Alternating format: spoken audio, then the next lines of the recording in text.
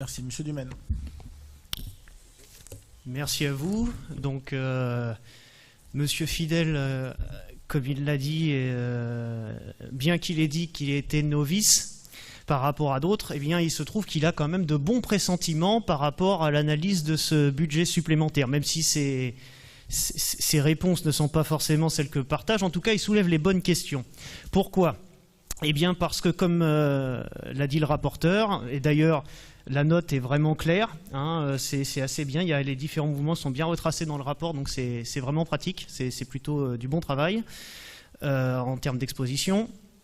Eh bien, ce budget supplémentaire, en fait, est un budget d'ajustement par rapport à la réalité. Pourquoi ? Parce qu'on a eu la crise du Covid qui a frappé Athis-Mons, et donc c'est pas issu de choix ou de redéploiement ou autre, c'est plutôt l'image réelle de ce qui a été fait du budget 2020. Et donc, il permet en fait d'avoir une analyse sur une question précise. C'est finalement, d'un point de vue financier, quid de la crise du Covid sur le budget d'Athis-Mons ? Qu'est-ce que ça a donné ? Eh bien, de façon assez contre-intuitive, on voit que finalement, y a pas mal d'argent à Athis-Mons et que la ville a bien bénéficié de cette crise si on regarde d'un point de vue global. Hein. Et d'ailleurs, c'est extrêmement paradoxal quand on pense à tous les cadeaux, enfin entre guillemets, qui ont pu être faits à cette occasion, en tout cas toutes les dépenses imprévues. On a parlé, les autres rapporteurs précédents l'ont évoqué, il y avait les primes Covid pour le personnel en télétravail avec une inscription de 200 000 €, les distributions de masques, de gel, la gratuité de la cantine et autres boucliers sociaux dont vous nous avez fait part au dernier conseil, les exonérations de taxes sur la publicité extérieure et en plus, effectivement, comme l'a dit Monsieur No, ces parois plexiglas un peu chères là. Hein. Mais comme l'a dit l'intervenant précédent, quel est le résultat de tout ça ? C'est qu'on voit que finalement on est excédentaire, on a 1 123 000 € de fonctionnement en plus qu'on peut basculer sur l'investissement. Donc ça veut dire que par rapport au budget provisionnel, on est capable de virer 1 123 000 € en plus sur le budget d'investissement. Donc on a gagné de l'argent. Pourquoi ? Parce que, comme on le disait tout à l'heure sur un autre débat à propos des vœux, il y a aussi toutes les dépenses que l'on n'a pas exécutées. Et je vais vous donner un exemple concret, vous avez commencé à en parler, c'est celui par exemple de la cantine. Alors on dit oui, c'est très compliqué, on n'a pas touché les participations des familles pour la cantine. Mais enfin, on n'a pas servi les repas non plus. Et donc on n'a pas acheté les repas aux prestataires. Et à ce que je sache, on est gagnant, puisque généralement, nous, la facture qu'on paye aux prestataires pour les repas, c'est un peu plus cher que ce qu'on refacture aux ATGiens derrière. Et si ce n'était pas le cas, ce serait relativement scandaleux. Ça voudrait dire qu'on se fait de l'argent sur les prestations auprès des ATGiens.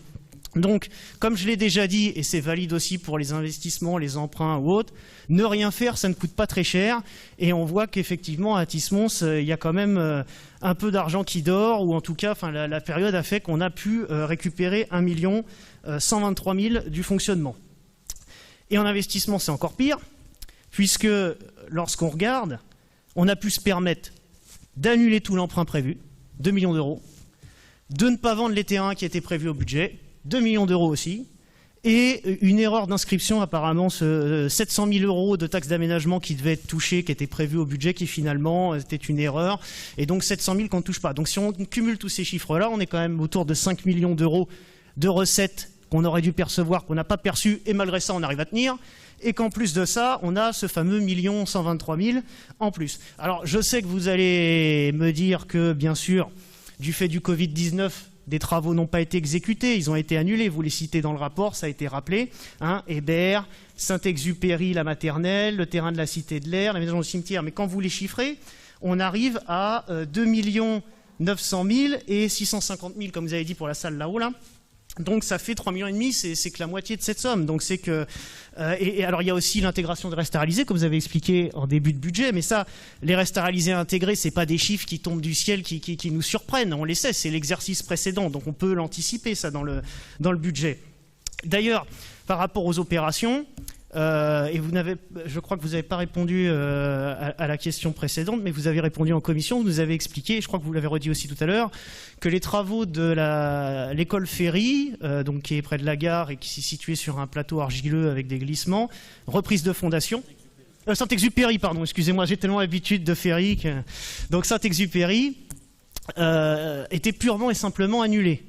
Alors, certes, comme vous l'avez dit, c'est une bonne nouvelle parce que c'était quand même reprendre les fondations en micro-pieux, c'est pas une petite dépense, mais nous, c'était pas l'information qu'on avait jusqu'à présent. Donc, je voulais demander en commission, je réitère ma demande, est-il possible qu'on puisse nous transmettre le rapport d'un bureau de contrôle qui nous explique qu'il n'y a aucun danger, puisque alors certes, c'est pas forcément à tous les coups un signe, mais enfin les fissures sont là, donc on aimerait bien avoir une certification d'un bureau comme quoi il n'y a aucun danger et qu'on peut poursuivre. Hein. Donc on voit qu'effectivement on a quand même pas mal d'excédents et alors certes il y a des reports de travaux, mais ça je dirais ça ne change pas vraiment des exercices précédents. On a toujours le même problème, sauf que cette fois-ci il y a une excuse entre guillemets qui est en fait liée à la situation et qui est l'épidémie. Donc on pourrait se dire que tout cet excédent, finalement, c'est pas très grave, c'est plutôt une bonne nouvelle, sauf c'est à oublier que cet argent inutilisé, c'est pareil, hein, il n'est pas tombé du ciel, il vient d'abord en fait de la capacité contributive des ménages. En fait, c'est les impôts des ATGiens, cet argent. Hein, je le rappelle assez souvent, mais je vais leur dire, on est la 4e ville la plus imposée de l'Essonne, et sur les 10 dernières années, si on prend tous les taux, pas seulement Sedatis, hein, mais départements, etc., interco, on est à une augmentation de 70% de la taxe foncière sur 10 ans. Et donc, dans ces conditions, on peut comprendre qu'il y ait effectivement un peu de marge de manœuvre budgétaire au niveau de la ville. Alors, cette année, on a subi en quelque sorte un peu la situation, mais je serai très vigilant sur les années à venir sur ces questions d'exécution budgétaire. Car il ne faut pas oublier, comme je l'ai dit, que cet argent est celui des contribuables. Et si vous ne savez pas quoi en faire, moi j'ai une bonne suggestion, c'est de leur rendre et de baisser les impôts.